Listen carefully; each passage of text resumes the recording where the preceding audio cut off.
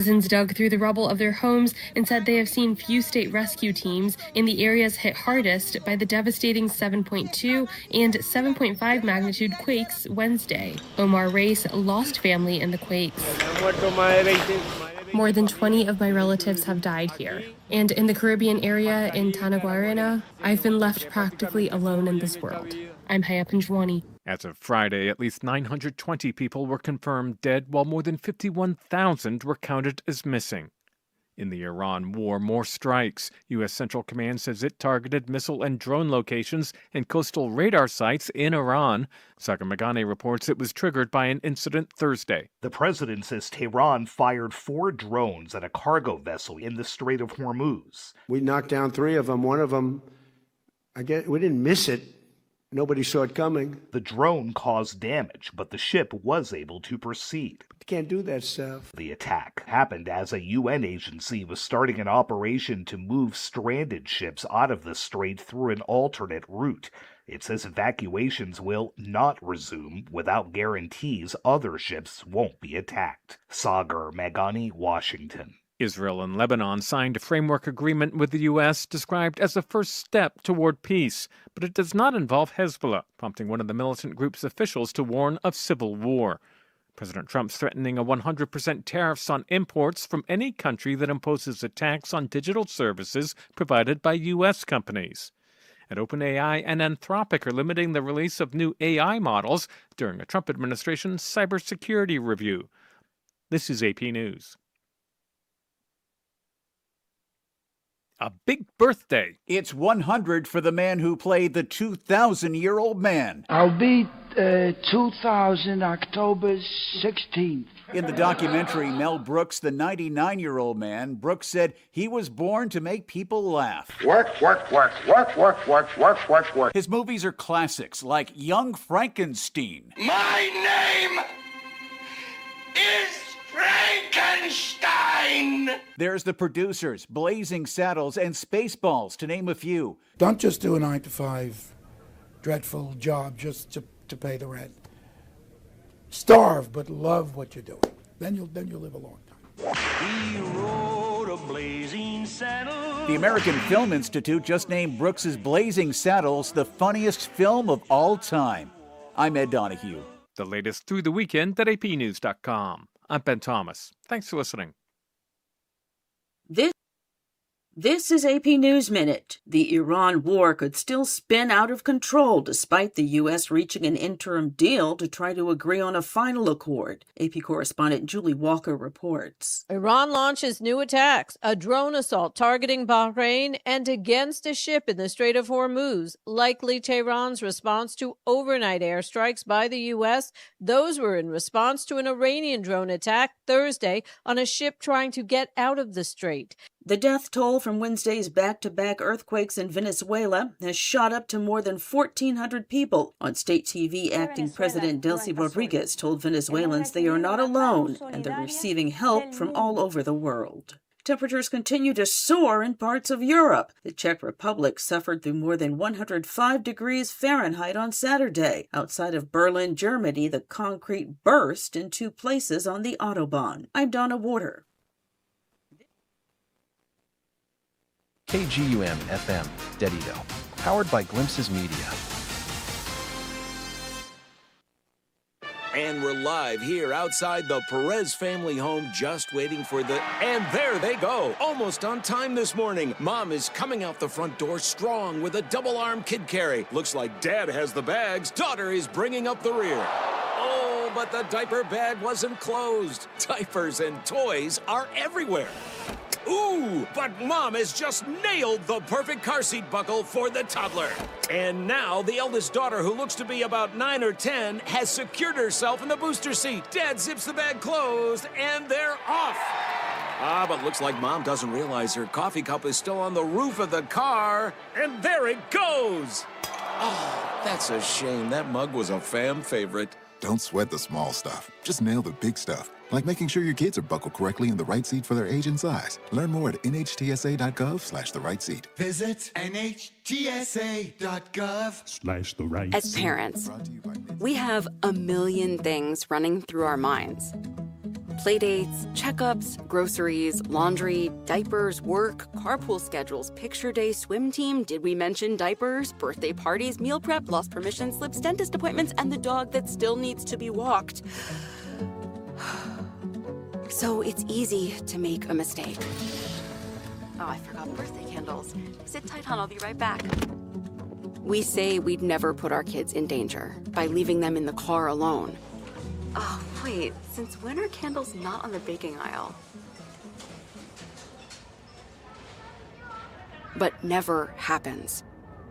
And temperatures as low as 60 degrees can be deadly for children left behind. So always bring them with you, and every time you park the car, stop, look, lock. Brought to you by NHTSA and the Ad Council. Celebrating America's 250th birthday.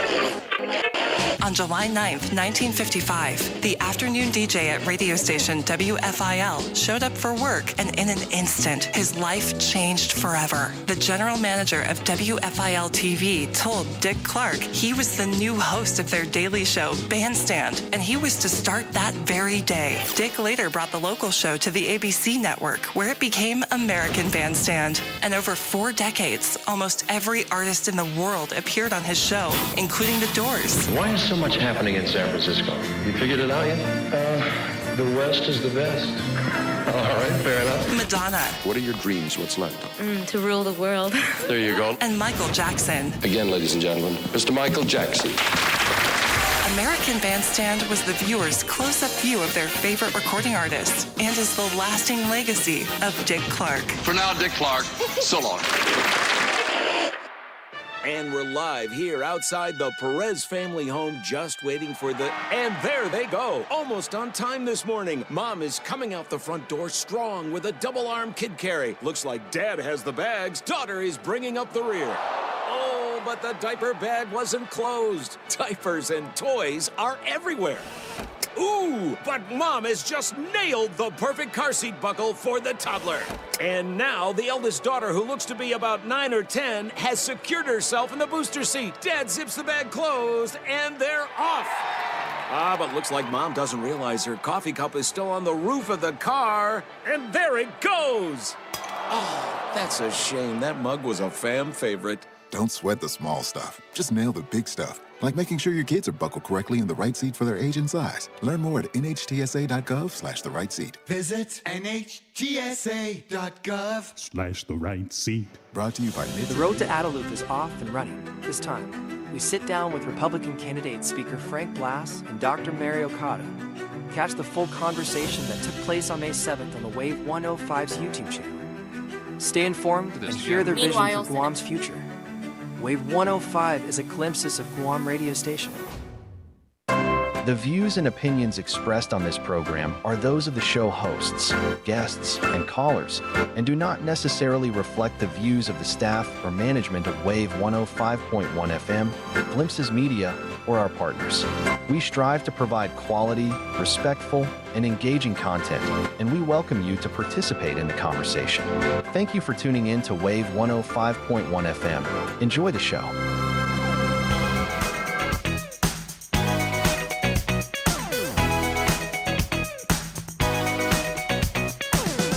Wave 105, we are KGUM FM, Dedido, Guam. This is the Bright Side. Thanks for tuning in, 2:05 in the afternoon, starting the show off right on this Monday, June 29. My name is Ryan St. Nicholas. Always a pleasure introducing this guy right here, the host with the most, Mr. Pauly Suba. Buenas. We back, baby! That's right. Want to thank our sponsors, Chili's Grill and Bar. At Chili's, more life, great food, and memories happen here. Micro Pack, don't miss a memory. Get your travel cameras and storage essentials at Micro Pack today. Subway, you got to refresh to be fresh. Triple J, get that free $500 gas card when you drive home with a new Ford truck. Visit triplejguam.com and get pre-approved instantly. As well as GTA, we start with you.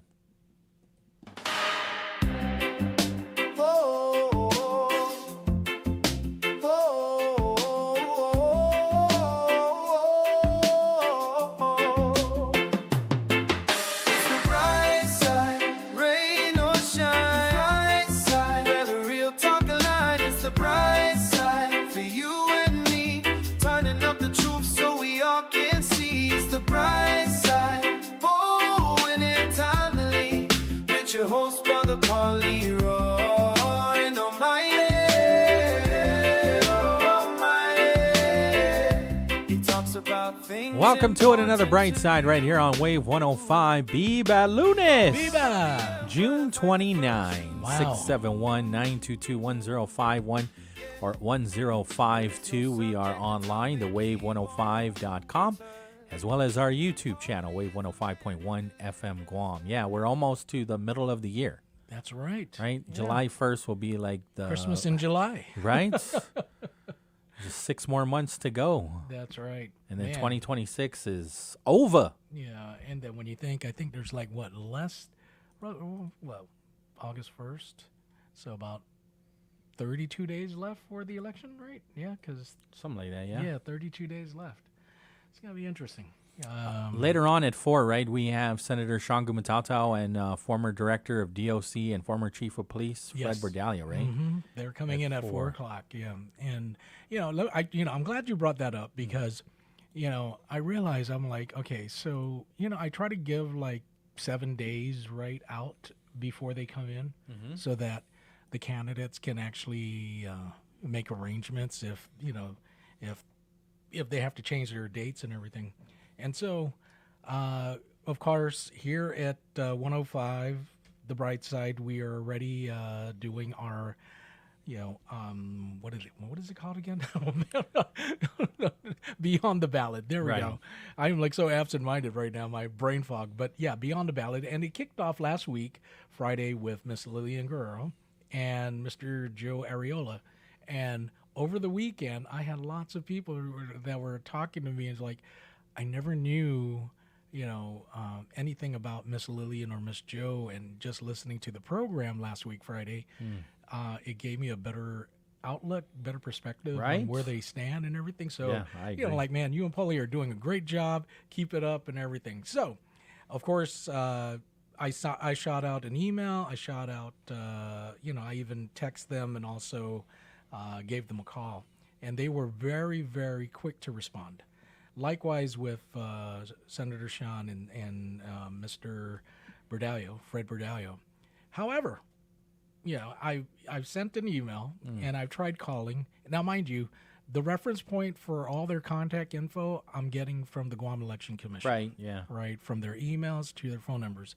And so I put out an email to Senator Parkinson and candidate Mateo Martera. Okay. Still haven't gotten a response. No worries. Yeah, no worries. I mean, here's the thing. As long as Pauly and I invite them, that's all we need to do. And, Pauly, I've ran campaigns before, right? And stuff like this, when the engagement starts happening and emails start flying through, whoever's running the campaign has to be Johnny on the spot with it, because it's almost like, wow, okay, this candidate could be selective, or Well, to be fair, there's a lot going on too. Yeah, and there is are a lot, so many yeah. forums now. There was one over the weekend on Saturday. Yeah. Over at Guam Community College, right? And that was the Guam Women's Chamber. Yeah. And they said all of you are invited, but the only ones that are going to be speaking will be the ones that have never been a senator. So not even like those that are former and current. Right. So like Clint Rigel wouldn't have a platform. He's invited to come, but there's no guarantee that he would have gotten able to speak. And I'm glad that they're the Women's Chamber are doing that, because it really, I mean, when you have a lot of these big time home recognized That's names, what Lillian said. It was like, it's almost like if you're running and it's your first time, it's almost like the odds are stacked against you. That's what Lillian Guerrero was saying. Is like, give us new faces a chance to prove ourselves, right? Because sometimes it does feel like they don't have an opportunity. They don't have a chance because we keep electing not necessarily the same people, but the same names. Yeah. Name recognition, right? And so that's why she took advantage of being here, and I'm grateful that she did, her and Joe Areola. Yeah. Because like you said, even for myself, I learned a great deal of who they are and their convictions, what, makes them tick and why they decided to run for the legislature. It gave me a whole new respect for them, because it's like, I've never heard of you. Right. And man, if this is your stance on a lot of the issues, man, hats off to you guys, because, and I mean, even Joe said it himself. I get it a lot from all the haters and everything. It's like he almost when he decided to run, the hater raid came in. It was like, I mean, everybody has an opinion. Yeah. So I mean, he writes a number of op-eds, right? So you're gonna get it from all angles. I mean, that it comes with the territory too. I remember when my dad was chief and I was off island, I told myself stop reading this stuff. Yeah, because it's just gonna make you can't control what other people think or say. And at that time, which I really appreciate now, is they were creating like fake names. Yeah. Right. And so now you can't do that unless you create a whole separate identity. And there are still people that will do that on Facebook, right? Geez, But I mean, if Joe Cruz said something about whatever, then you knew Joe Cruz was the one who said it. Yeah. Now, there are people that do create, anonymous profiles. And like at that point, you really don't have anything better to do with your life. Yeah, there's no credibility. When you're doing that. You got to stand by what you say and put a face to it. Don't just be Anonymous 101, right? And then come out. Right. And even though your points are really good, or, it does have merit, the mere fact that it's Anonymous 101 just lost no credibility with me, because you can't stand by what you're saying. And so, but, again, kudos to the Guam Women's Chamber for hosting such an event and highlighting the new candidates. And I did catch a little bit of it, and it was very interesting. Yeah. And for new ideas, fresh faces, and everything, it was almost refreshing. Yeah. Because I mean, and not to take away anything from the incumbents and former senators, because some of them have done great currently and when they were a senator, so I'm not going to take that away from them. But to see the engagement of new faces wanting to come out and make a difference, because these people were in the trenches. They felt the tax, the higher taxes, and the schools not being built, the hospitals. They felt everything just like you and I, and everything that we talk about here.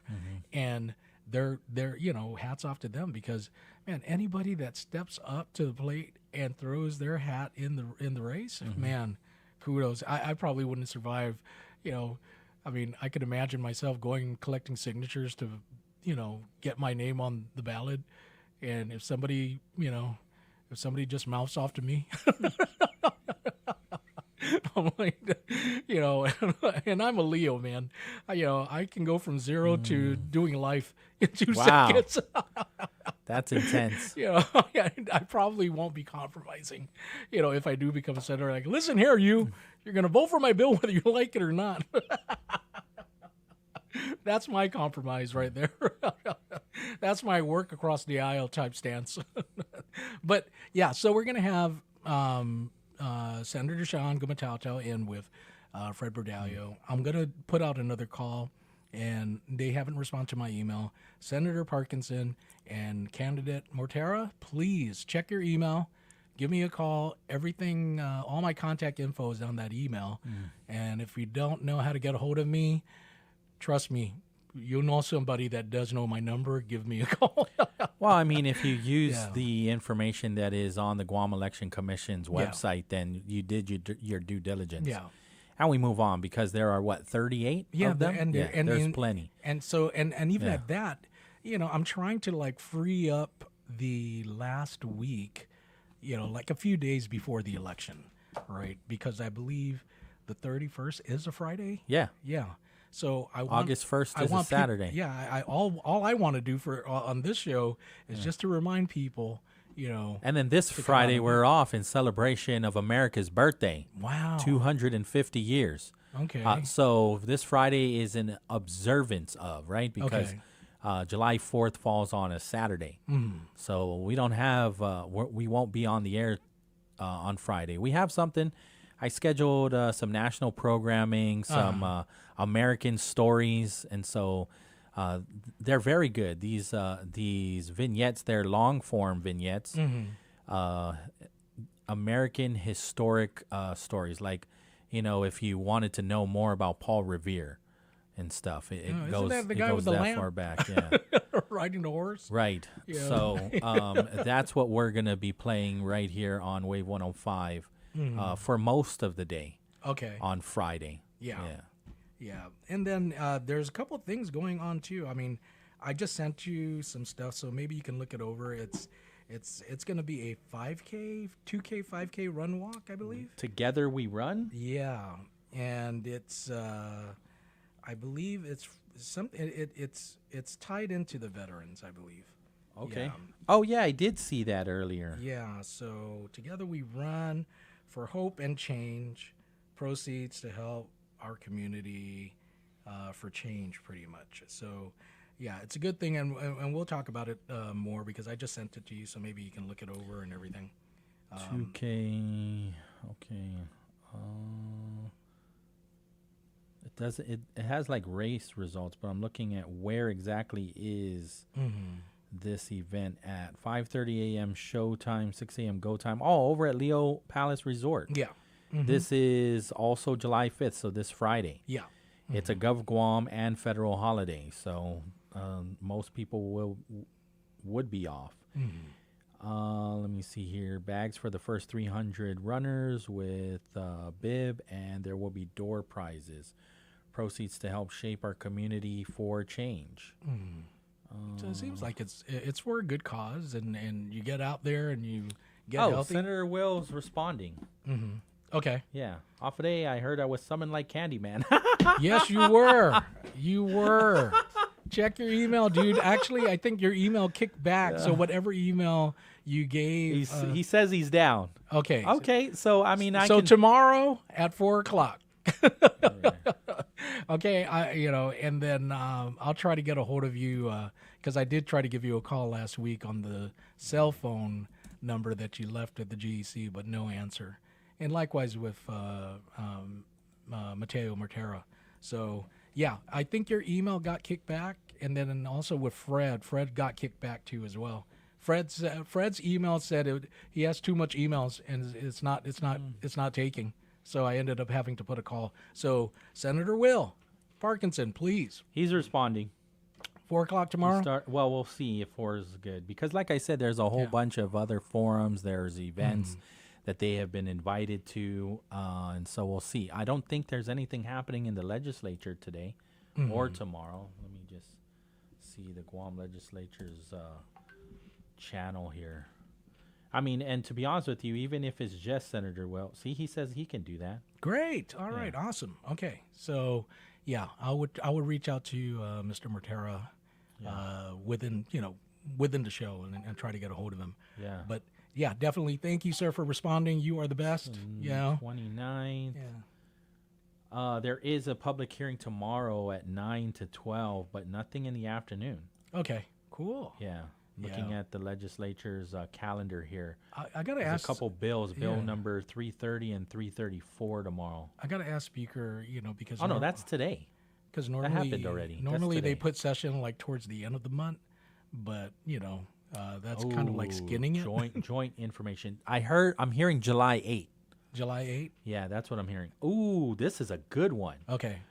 Tomorrow, June 30, there is an oversight hearing with the Guam International Airport Authority and Guam Visitors Bureau. Oh, that's a very good oversight hearing. I'm gonna definitely pay attention to that. What is the oversight on? Just airport operations, passenger experience, current route activity, nice, fiscal year 2026 financial status, major capital improvement projects, timelines, and facility needs. So we'll hear more about the expansion of Route 10A and maybe the garage too that they're talking about because they want to build the parking lot up. Okay. Right? Concessions and commercial revenue, including status of the duty-free concession, air service development, seat capacity, airline engagement and coordination with GVB, and any policy, operational, or funding challenges that may require legislative attention. For GVB, fiscal year 2026 visitor arrivals, which we know May has been down. Yes. Source market performance and tourism recovery forecast, airline incentive and fuel surcharge support programs. We'll see if GVB wants to subsidize that moving forward. We talked to Senator Jesse last week and says this legislature doesn't have the appetite for that. Marketing campaigns, destination development, visitor experience, and coordination with tourism stakeholders, governance, human resources, employment policies, personnel matters, and internal controls. Well, the personnel matters include, I don't think that they can talk about an ongoing lawsuit, right? No, but they can talk about steps taken after the fact. Like what are they doing now to protect, employees from this ever. From criminal sexual conduct? Yeah, pretty much, yeah. Yeah. Yeah. And so, correct me if I'm wrong, this happened off island, right? And that's necessarily the GPD doesn't have jurisdiction. Yeah. Because it happened off island. And right? at a foreign place. So, yes.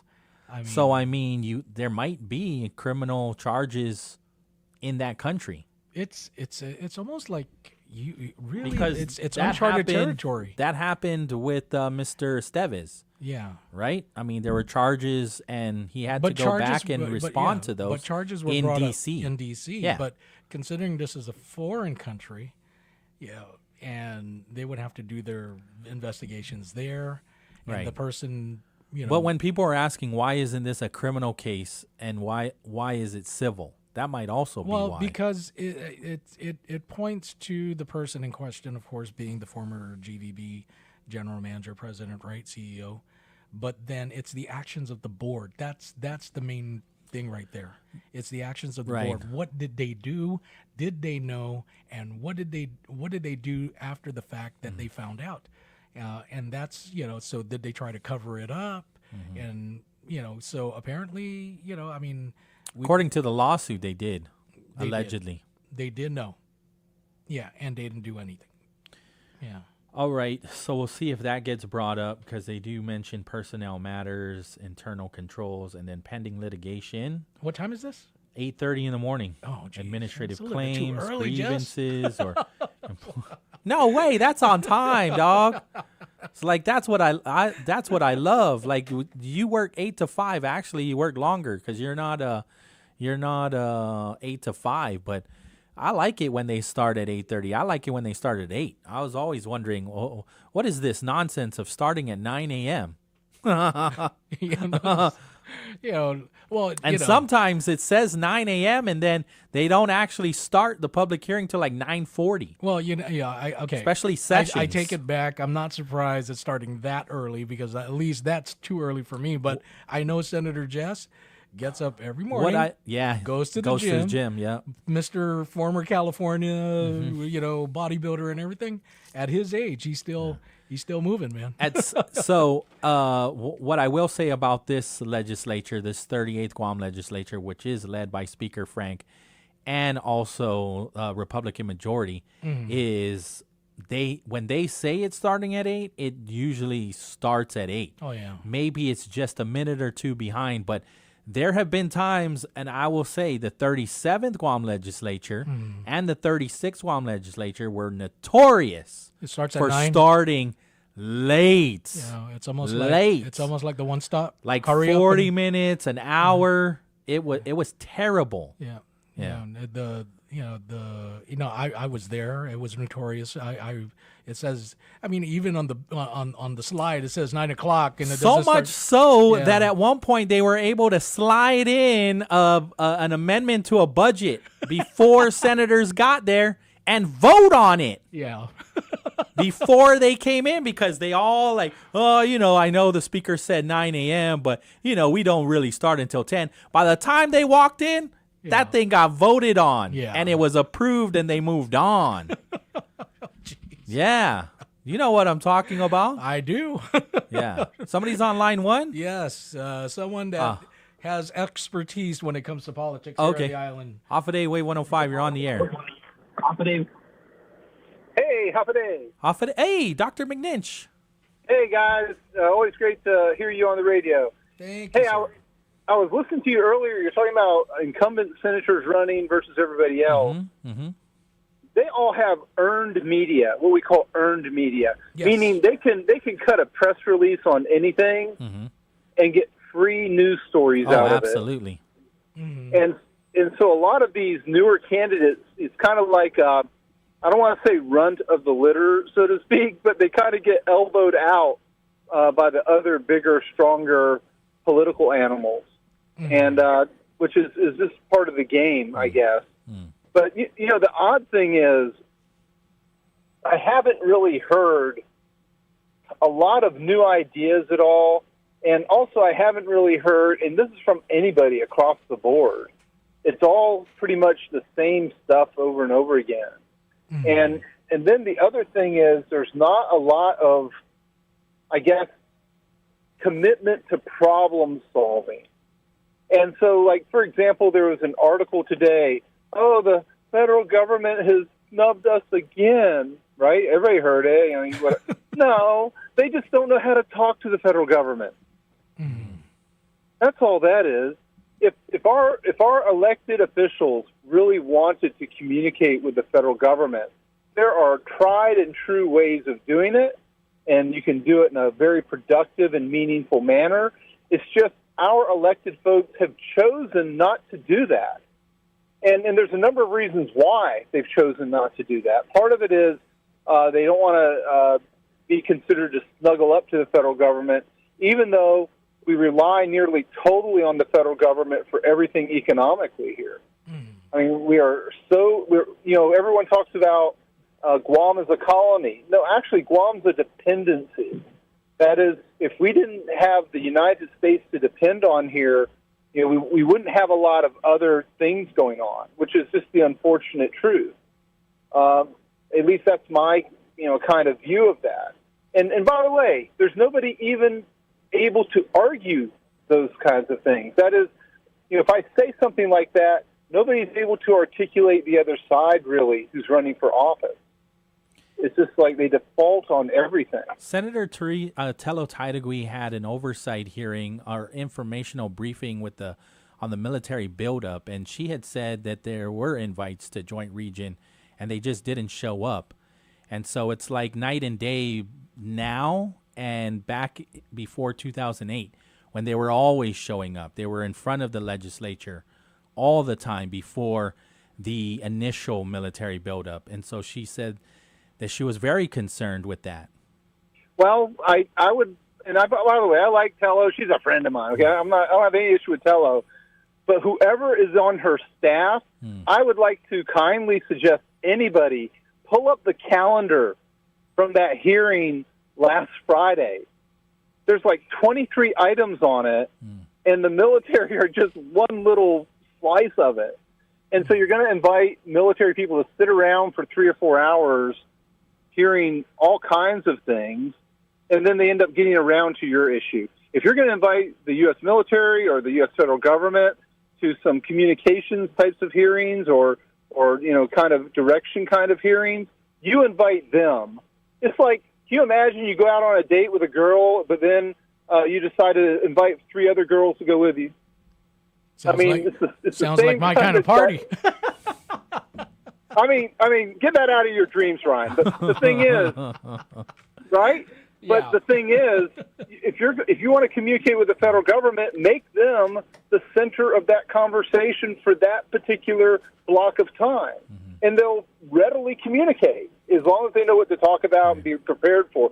The feds do not like going into meetings unprepared. And then not only that, but also Leland Bettis mentioned that, Joint Region Marianas, these commanders here are really messengers. And so the people that you really want to talk to are over in Hawaii, the U.S. PACOM now, right? Because they changed it back to U.S. PACOM instead of Indo-PACOM. Yeah, but I probably would have another view of that. Everyone talks about, how things really work in D.C., and that's absolutely right. There are ways that things work. But the senior stars here, that is the flag officers or the general officers from the Air Force, they do have incredible articulating authority on the local, on-the-ground issues. while they may not have a lot of heavy-duty decision-making, it's like, remember back in the good old days when women couldn't vote? They still had immense influence on their husbands.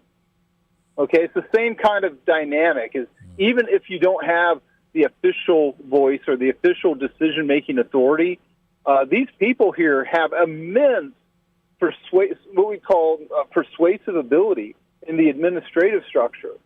And unfortunately, for whatever reason, a lot of our leaders, well, we did a poll, gosh, it was almost 18 years ago now, we've done it ever since. What's the number one thing our leaders need to do to work with the military? The answer was communicate. What's the number one thing the military need to do to work with our local leaders or local elected officials? It's communicate. And for whatever reason, it's like you can knock on a door and it won't be open, but if you never knock on the door, or if you simply claim, oh, I don't know how to knock, so I'm enfeebled and I cannot do anything, that's the unfortunate position our government has taken on many issues, is that, oh, what can we do? There's nothing that we can do. Everything's helpless and hopeless. Basically the folks that got the Organic Act written and the folks that pushed for all of the major governing things that were stood up in the 1960s and 1970s, they didn't have that attitude. They had a can-do, sua sponte, you stand up and you be up and you get things done. And even if you have minimal resources, you can still get things done. And there's nothing to complain about except we're not working hard enough. That was the attitude back then. What do you think about Senator Jesse Lujan going to the Philippines to partner up with them so that they can put together a game plan and safeguards and then go to the federal government and say, see, we have all these safeguards in place. The Philippine Immigration's Office is saying that they will make sure that this all happens so that way we can get the visa waiver program going for those in the Philippines. Yeah, I've got to tell you, I said this a long time ago, and I'll say it again. Tagalog should be the third official language of Guam. The CNMI has three official languages, Chamorro, Carolinian, and English. I think there are more, if we're talking about in terms of not speaking the English language, there are more Tagalog speakers here than any other language. And so my point if people are speaking their language, that means there's a huge social, political connection to them, at least at the voters' level. And so having that, basic respect and understanding for Filipinos here in particular, because I got to tell you, we've done a lot of focus groups on this. A lot of times Filipinos feel cut out of our systems. How many people have been allowed to enter the Guam legislature in the last 30 years who've been Filipino? Shelley Calvo, Will Parkinson, that's two. Right? Espadon. The number should be 60. There should have been 60 slots filled if it was equal to the percentage of the population. Back when it was 21, they had kind of like a wide range of different ethnicities that were running. I remember a gentleman by the last name Villalava Manny. Yeah, and he was Filipino descent. And that was during the years of 21 senators. So to what you were saying when we had that little conversation about bringing back 21 to get a wider range, I kind of do agree with you on that. Not only do you have a wider range in terms of representativeness, in terms of what kinds of people are serving, it's very healthy to have women serve. It's very healthy to have all kinds of people serving. By the way, I'm a very proud member of the Guam Election Commission. I've been elected to my good luck and favor by the people. I'm Irish and Norwegian and Jewish and everything else you could imagine, And I think appreciating diversity is a great thing. But here's the other thing. It's not just the diversity of what kind of people are serving in the legislature. It's a diversity of ideas. Where are the Angel Santoses anymore in our Guam legislature? They can't get elected because the voting margins are so narrow. An Angel Santos could never get elected again because they're not able to get above that 41% bar that they have to fit. So basically how it works now with 15 is almost everybody gaggles up in the middle, and there's a couple on one side and a couple on the other side, but the majority are set in the center. I know in the past, Doc, you've never done senatorial polls.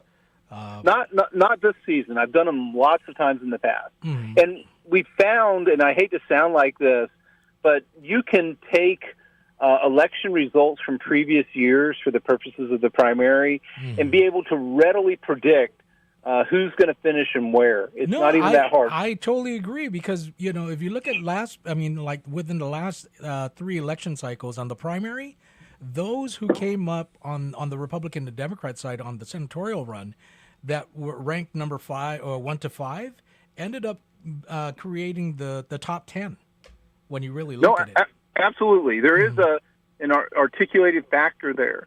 But even more so, if I had it my way, and this is Ron McNinch's ideal world, there'd be no primary for the senators. They put their name up, and we pick the top 15 because we elect them as a herd, like a herd of sheep. We're putting them in. And it's not like they're in districts where they go man-to-man or head-to-head. We had Miss Lillian Guerrero and Mr. Joe Ariola talking about how, of course, they're the newbies. They don't have the name recognition. And to your point about doing away with the primary to the general, they will probably have a better chance doing away with the primary and just going straight to the general. Absolutely. When you think about it. Not only that, here's another reason why, and nobody ever talks about this, and I wish people would look at it more. If you look at who the top 4 vote getters are, and you look at how many thousands of votes they have over everybody else, that means they're getting what are called bullet votes, meaning that there people are only voting for 1, 2, or 3 candidates. Exactly. And so it floats those people up. If you go to that non-primary method, it basically spoils the ability of people to bullet vote. That is, they can no longer with certainty play that game anymore if they want their people elected. And there's and crossing over and all of that stuff, it's done away with, just going straight to the general. Yeah, absolutely. Politics is always a lot of fun on Guam. I have to tell you guys, and just between us and all your wonderful listeners, I've been so disappointed with the folks we've been electing lately. I really Tell us how have. you really feel, Doc. Yeah. I mean, it's like, that's why I did the Please Don't Quit Your Day Jobs Act thing. Yeah. Because I wanted to make a point. This should be about service, not about looking at it like it's your job, because they're not doing a very good job. If they want the pay, they need to prove it. And the other thing is, it looks like, and we did 2 polls now, it would be really hard for me to get that thing approved in November. And so then the question becomes cost-benefit-wise. In order for me to try to get it done, I'd almost have to tear down every sitting senator possible and heckle them for 4 months, which is, which isn't the fun way to do things. I think that in general, I may have to withdraw that particular. And by the way, this is news for you, and in terms of you and your listeners, I'll probably have to withdraw that thing just because the numbers just don't support it in the community at this point.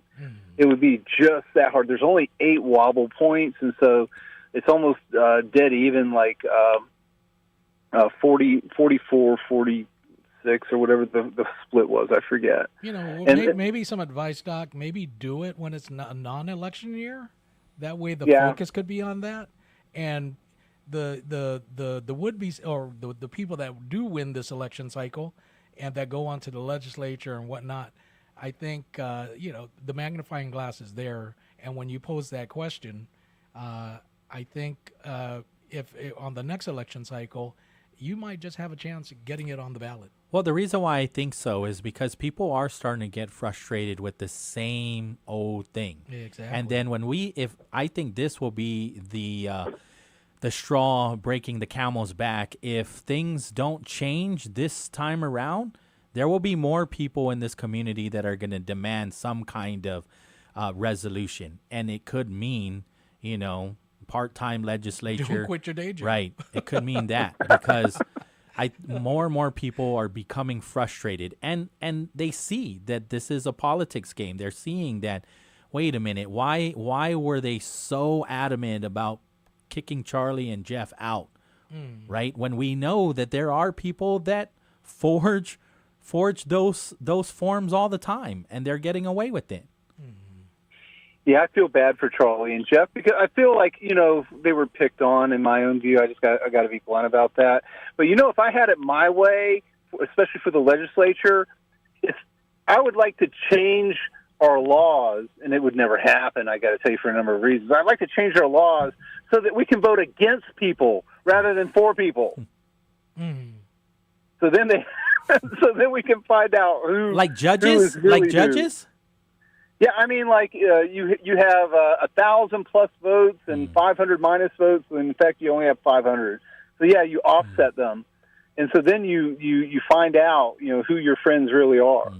I think I'm just talking out loud here, but I would like to vote against some people. Trust me, even for governor, I'd like to vote against people. Anyway, I appreciate this, Doc. Thanks for calling in and engaging with us. Hey, one final thing. Yes, sir. And I mean this very seriously, not joking or anything else. Everybody out there can make a difference if you just try. Absolutely. And the more we try, the better we make our community. Awesome. All right, take guys. care, Doc. Hey, thank you so much. All right, adios. All right, goodbye. 2:43 in the afternoon. Let's take the break. On the other side, I sent you some audio clips, right? Yes. And Dr. McNinch was actually there about the Guam Education Board and making some changes there, reforming that, right? We never actually got to it on Friday, and so we will on the other side of these right here on Wave 105. All summer long, Chili's Party Platters make celebrating easy and delicious. Perfect for grad parties, family gatherings, or anytime you're feeding a crowd. Available for pickup or for delivery. Only at Chili's. Great value and memories happen here. Celebrating America's 250th birthday. He grew up in poverty and never attended high school or college, but Abraham Lincoln became one of our greatest presidents, keeping our nation whole after the Civil War, even after 11 southern states tried to secede from the Union. 87 years ago, our fathers brought forth on this continent a new nation, conceived in liberty and dedicated to the proposition that all men are created equal. He persuaded Congress to pass the amendment that abolished slavery, and he delivered one of the most important speeches in the history of our nation, the Gettysburg Address, honoring our fallen soldiers and advocating for equality and our democratic government. We here highly resolve that these dead shall not have died in vain, and that this nation, under God, shall have a new birth of freedom, and that government of the people, by the people, and for the people shall not perish from the earth. Why be at the forefront of childhood cancer research? At St. Jude, we do it because every innovation we make is a moment we give to children with cancer everywhere. But we can't do it without you. Help St. Jude give children with cancer more moments. Moments that can last a lifetime. Learn more at stjude.org. Celebrating America's 250th birthday. America loves a competition, whether it's an athletic event or a political battle. But one of the most famous American competitions of all began on June 11th, 2002. Who will be next? This is American Idol.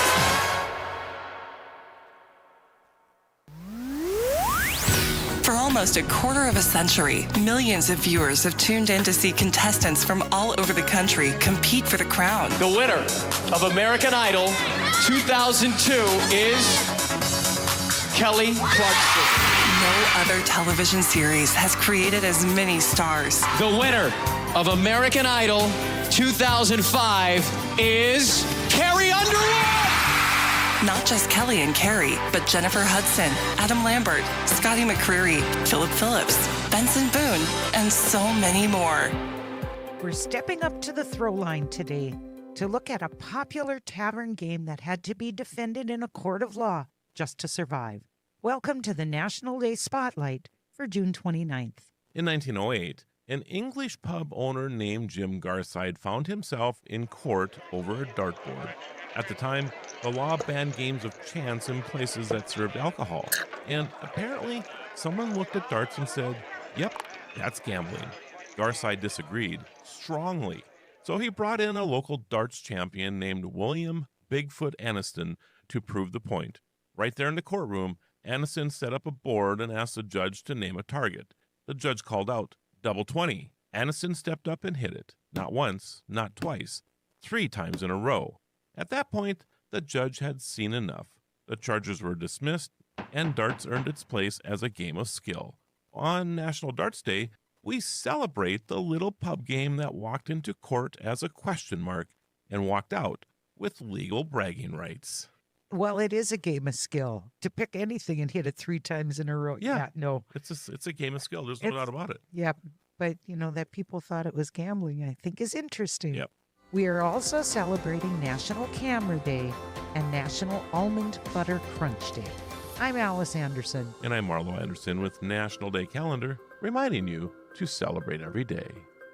If you're looking for world-class website hosting at a fair price, Pair Networks is your best choice. Founded in the early days of the web and still going strong today, Pair Networks now hosts over 150,000 websites for its demanding customers worldwide.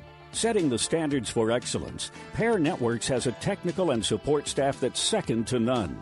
A highly stable company with top-of-the-line technology, Pair Networks offers total reliability and flexibility for your website, and even a money-back guarantee.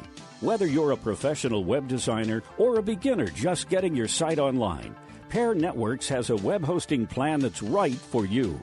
Make the move today. Log on and learn more at pair.com. That's PAIR.com. Pair Networks. World-class web hosting at a fair price. Visit us at pair.com. Pair Networks. When a warrior faces adversity, he fights through it. He finds a way. Freedom isn't free. Rolling strong. Belief. Believe you can, and you will.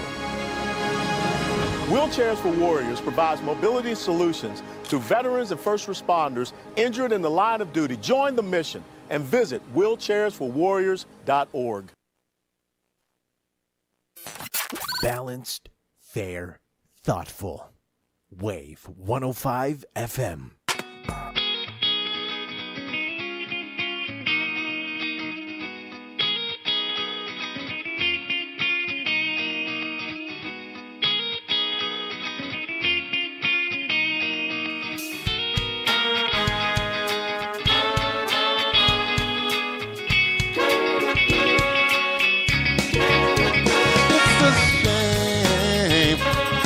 Mess around with your man. It's a shame the way you hurt me. It's a shame the way you mess around with your man. I'm sitting all alone by the telephone, just waiting for your call. 2:50 in the afternoon. Welcome back to the show. This is the Bright Side right here on Wave 105. Sending it back to the host, Mr. Pauly Suba. Viva Lunes! Viva! All right, welcome back. This is the Bright Side. Okay, so again, we are going back to a public hearing that took place on June 24th. This after like almost 5 hours of a oversight hearing of GDOE. Almost the same people were asked to come back around 3 p.m. and it's a bill 286 relative to the composition of the Guam Education Board. And so Senator Vince Borja, just to give it more context, he says the community, after a number of town hall meetings and just people having conversations with him and roundtable meetings, the community is asking who is responsible when things go wrong. And they're asking whether the Guam Education Board, as currently structured, is working the way it should. This is what Bill 286 is about. He says, for the last few years, we've seen the administration say it has no power over education. At the same time, we've heard the board, or we've had a board that for the most part allowed management to figure it out on its own. That structure has left too much room for confusion, finger pointing, and delay. Bill 286, we're hoping, changes that. The bill moves away from the current hybrid model and creates an appointed Guam Education Board. And under this proposal, the governor has a role, the legislature has a role, and students have a role. So we're going to fast forward because we already played this audio clip from last week. I highly encourage you to watch this in its entirety. It's the Guam Legislature's YouTube channel that took place again June 24th at 3 p.m. So we're going to go to about an hour and a half into this hearing, and it's Senator Vince Borja asking who is responsible then for the failures of GDOE. Okay, here we go. We need to change the board structure. This came from, hundreds, if not, hundreds. I'm sure Senator Barnett has been here longer, have had more complaints, and we need to try something. It's not working. And so with that, my question is, with everything that has gone over to with the Department of Education, do you think that it is the board's responsibility or should bear the responsibility for the success or failures of the Department of Education based on the way the law allows you guys to exist? There's certain things we are responsible for, and we should always take responsibility for if it's not done right. Could you, just for the record, what are those things that you believe that the board is responsible for? Well, we're responsible for hiring the superintendent. We're responsible for approving the budget for the department and ensuring that the funding is used appropriately according to the law. So with that, let me ask you, since you're saying that it's your responsibility to ensure that they're using the money in accordance with the law, correct? So with what just happened and what we talked about earlier this morning in the oversight hearing, what responsibility does the board bear in regards to some of the things that we're saying that may lead to legal action because of spending money that should not have been spent? Was there any oversight from the board? First of all, it has to be based on mutual trust between the board and the organization itself. And there's a lot of information that's not shared with the board, that we would never know that there's been funding decisions made that are not in accordance with the laws and the rules. That's been my experience. We learn about things after the fact, not ahead. We heard today, and I was a little surprised. We've been hearing about commitments made in ways that are not in accordance with the law on the expenditure of funds. We only found that out after a change in leadership in the department, because that information was not shared with us. Obviously, we know why, and that's not acceptable. That's not acceptable, and I think that's a reflection in the weakness of the law itself. We don't have the power to interfere with management's prerogatives at the department, and that's not necessarily a bad thing. But when there's obvious inappropriate actions with respect to how money's being spent, we should be informed about that by the director or administrator of the department when they learn about it.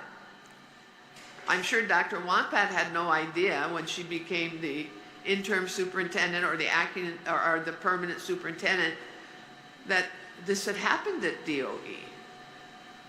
We know there were problems in terms of how federal funding was being used and reported on, meeting the reporting requirements. But we didn't know that it was being used in a way that could, in fact, be improper, legally improper. But with all these things that, during the last oversight and the budget hearings, GDOE has come in and said they're going through a phase of discovery, right? Again, my question is, what responsibility does the board bear and to ensure that as Dr. Wampat continues her term as the superintendent, that we're not going to wait until the next superintendent to come in? Because if the board, you're saying the board is responsible for passing the budget, then in ensuring that we're spending government money in accordance with the law, where then does, what went wrong with the board not catching, again, you're saying that there has to be a relationship between the agency and the board. So what do we do moving forward then to ensure that? Well, I'm sure that because of the current law, we deal with the superintendent. Superintendent has to be held accountable. Now, if the superintendent didn't even know that was happening, the former superintendent, how would we know? How are we to find out that money was being used, let's say, for entertainment, for meals, at the expense of federal grants?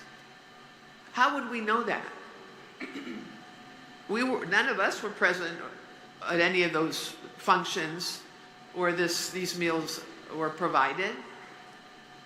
I don't even think the superintendent was. So, how do we find out? Maybe, I'm going to add a little humor, but maybe the same way they found out who HR was hiring all the time and who was traveling, right? I mean, if you guys, the board was very good at knowing who was traveling, who HR was hiring, and that's all I'm saying, Dr. Guthrie, is that. All the time. The board members complained about travel, and we encouraged the superintendent not to. So then, again, so who bears the responsibility for the actions of the Department of Education? We didn't have power over travel. That's an operational decision. Who travels is a decision. And you guys had oversight over finances, which, again, we're here today saying that there was a lot of shenanigans, like Senator Tello likes to call it, that happened. I think the answer is very clear. It's very clear. As you move towards a new model, you have to carefully think about how to see that accountability occur. Because of the restrictions and the limits of the school board, there's certain things we didn't know occurred, and that's very true. How can we be responsible for things that were not disclosed? Now we are aware, and certainly our superintendent is not going to allow those things to happen under her watch. And the current law, we would hold the superintendent accountable if it does. Thank you. Dr. We'll pick it up on the other side, but it really just comes down to accountability, right? And we need to hold people accountable. If there's something that the superintendent was not aware of, then why doesn't it go down to where, you're a government employee and you're either abusing your power, or there is evidence of corruption, there is evidence of fraud, there is evidence of waste, and the public doesn't see anybody being held accountable because nobody got fired, right? So we'll pick it up on the other side. Wave 105 KGUM FM in Dededo, Guam. AP News, I'm Ben Thomas. A U.S. official tells AP a new round of strikes on Iran have concluded. Ed Donahue has details. U.S. Central Command says the targets were missile and drone locations and coastal radar sites. President Trump blamed Iran for a drone strike on a ship in the Strait of Hormuz, saying it violated the ceasefire. Before the strikes, the president was asked if Iran would face consequences. You'll find out. We didn't miss it. Nobody saw it coming. And it hit a ship and did some damage.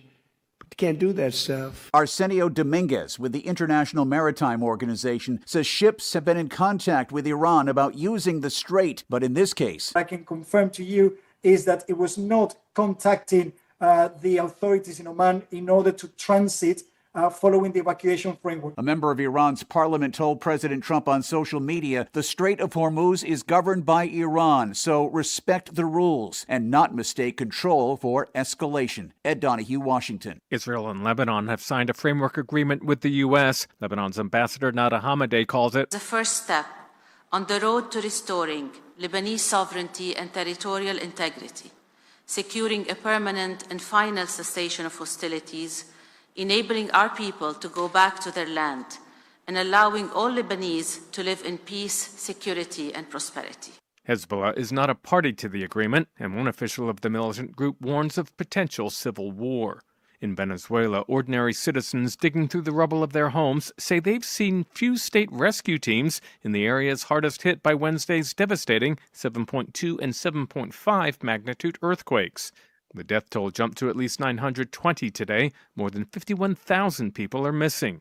And Utah's declared a state of emergency as the Cottonwood fire burns unchecked across more than 112 square miles. This is AP News. Hi, Panjwani now with the dog story. Down in the valley, Berryland, a museum dedicated to the iconic dogs, is celebrating its first year. In 2005, the Barry Foundation was created, and they take over the kennel and the Saint Bernard dogs from the Cannons. Melanie Glassy-Roth is the museum's director. We have a lot of demand and interest for this breed and this whole history and patrimony. Since opening last summer in Martigny, Switzerland, over 130,000 people have visited. Tourists can watch grooming sessions, use augmented reality to explore the mountain pass, and learn about the history of the dogs. The St. Bernards, once famous for mountain rescues, are now too large for such tasks. Instead, to continue their legacy of service and companionship, they visit hospitals and schools.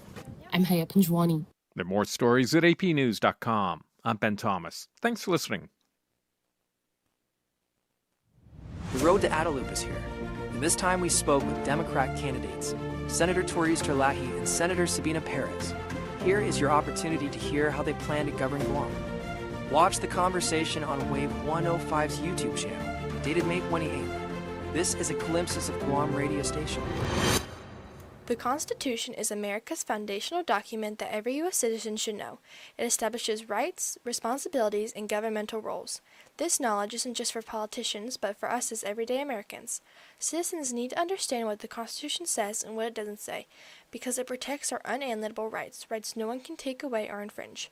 Without knowledge of our constitutional rights, we will fail to realize when they are violated. Liberty. It's an American thing. From AmericanThing.org. And we're live here outside the Perez family home, just waiting for the... And there they go, almost on time this morning. Mom is coming out the front door strong with a double-arm kid carry. Looks like Dad has the bags. Daughter is bringing up the rear. Oh, but the diaper bag wasn't closed. Diapers and toys are everywhere. Ooh, but Mom has just nailed the perfect car seat buckle for the toddler. And now the eldest daughter, who looks to be about 9 or 10, has secured herself in the booster seat. Dad zips the bag closed, and they're off. But looks like Mom doesn't realize her coffee cup is still on the roof of the car. And there it goes. Oh, that's a shame. That mug was a fam favorite. Don't sweat the small stuff. Just nail the big stuff. Like making sure your kids are buckled correctly in the right seat for their age and size. Learn more at nhtsa.gov/the right seat. Visit nhtsa.gov/the right seat. Brought to you by NHTSA and the Ad Council. We are all for first-time guests and longtime friends. All for First Light and Starlight. For road trips and trail runs. All for mountaintops and monuments. River bends and battlefields. We're all for showing up and giving back. To protect, to preserve, to pass it on. All parks depend on us, and we're all for parks. Join us at nationalparks.org/allforparks. Hi, human. I'm a micro monster, swimming around in your plastic water bottle. But I can't wait to swim in your bloodstream soon. Microplastics are micro monsters. Drink me. Wait, what are you doing? But you can fight back by using glass or metal reusable water bottles. No! Don't let microplastic micro-monsters invade your body. Find more ways to fight back at stopmicromonsters.org. Every 16 seconds, an American receives a cancer diagnosis, and every minute of every day, another person loses their life to cancer. That's why Stand Up to Cancer has set a bold goal to make early stage detection an essential part of standard of care for all cancers. So often, if cancer is detected early, the chance of long-term survival is 90%. So if we all support cancer research, more than 2 million lives can be saved in the next decade. So join the mission and help save lives today at standuptocancer.org.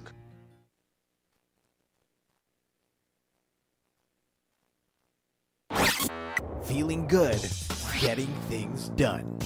Wave 105 FM.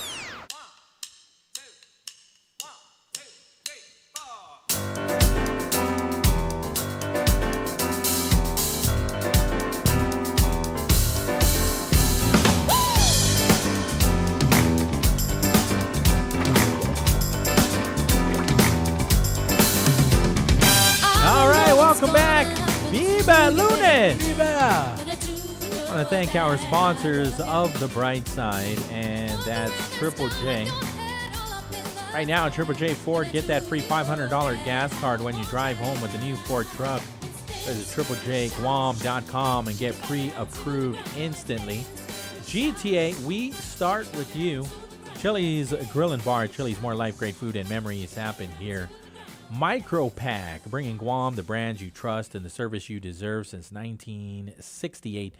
And we appreciate each and every one of our sponsors. This is the Bright Side, 671-922-1051 or 1052. We are online, thewave105.com, as well as our YouTube channel, Wave 105.1 FM Guam. And so let's go back to that public hearing on the bill, Bill 268, relative to the composition of the Guam Education Board. So Senator Vince Borja asks, wasn't it you that wanted to change the structure of the board and give the governor more authority to choose the board? And he directed that question to Dr. Wampat. And so here's Dr. Wampat responding and also clarifying. Because you were the advisor to the governor. We've had this discussion, and we talked about the structure of the Department of Education. I know today your testimony, you had your points in regards to why you don't necessarily support the bill, I'm assuming to form, but when really this even thought of me considering the structure or governance of the Department of Education, you were the first person who told me we need to give the Department of Education back to the governor. Today, that position has changed. If you could elaborate so that I understand and on the record. No, I did not say that at the end. I just said that all departments and agencies fall under the executive branch. And the legislative, you have your own purview, and so does the judiciary. And I was in the legislature at the time when that conversation actually happened very early on in my term. And when the request was made to then Congressman Robert Underwood to amend the Organic Act to take then, because there are only 2 sections in the Organic Act where it says the governor is in charge of health. The governor is in charge of education. That portion was changed. That section was amended to say that rather than governor, it turned to government. But it never took the governor out because DOE has always been under the executive branch. It may not, in this particular case now, appoint the superintendent as previous governors have done in the past. So that's basically the only thing. If there's anyone who have more say-so, will be the legislature, because you have the power of the purse. You can decide whether, if you don't like what's going on, you reduce their budget. If you like the superintendent or the director, you may want to provide more funding. It's all political. But that hasn't changed. I'll never forget, and this is my Republican friend, former Speaker Tony Impinko. He would always remind me of the actions that we took at the time about setting up the board to have them elected. And he said the buck stops with the governor, and it truly does. And at the time we didn't see it until we saw what was happening. And to this very day, yes, the buck stops with the governor. If you may or decide to not give the Department of Education the funds that it's requesting for, and when we say it stops with the governor, because the governor has the power then with a certain percentage that you give the governor to transfer money into the Department of Education or any other department, and to also take money away. Hence, he's correct. Speaker Umpinku is correct when he said that the buck stops with the governor. And ultimately, yes, the governor is in charge of the executive branch and all departments and agencies, and we are an instrumentality of the executive branch. So would you support a proposal to give the Department of Education back to the governor? I have no objections to turning over, the Department of Education to the governor. I've never said that that I objected to it, and I spoke with you, and that was the position the governor had, and asked me, yes, to speak with you about it, because 18 schools were closed. And she could very well just say, no, the legislature should just appropriate the money and support the Department of Education, but she stepped up. And she called all her department and agency heads. She even appealed to the autonomous agencies, and they didn't have to do this, but they did, because we all felt, the entire government felt, that we are responsible for all of the children. And that's why everyone stepped up, including the legislature. So that part has not changed. Thank you. All right. Thank you, And Dr. so Wampat. Senator I'll go ahead and open Ventura up the also panel. asked I'll open up the if question. The board is too weak to govern. And that's Dr. Judy Guthertz, who is the chairwoman of the Guam Education Board. So she argues the board lacks sufficient authority. She says current law restricts the board oversight. And she suggests autonomy similar to GCC and UOG. And she's advocating for procurement authority, and she suggests 6-year terms. And so she says the Guam Education Board lacks the authority needed to effectively govern the school system. Now, we're going to move, because this really does come down to, again, accountability. How do we keep the board accountable? How do we keep the superintendent accountable?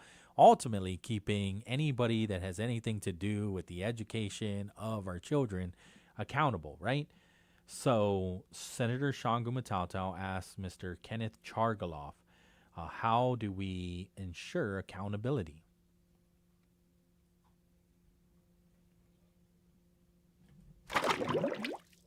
The accountability rests with the governor of Guam, because at the board's level, if there are 9 of us, that superintendent has 9 supervisors. And each of the board members, really, this is true.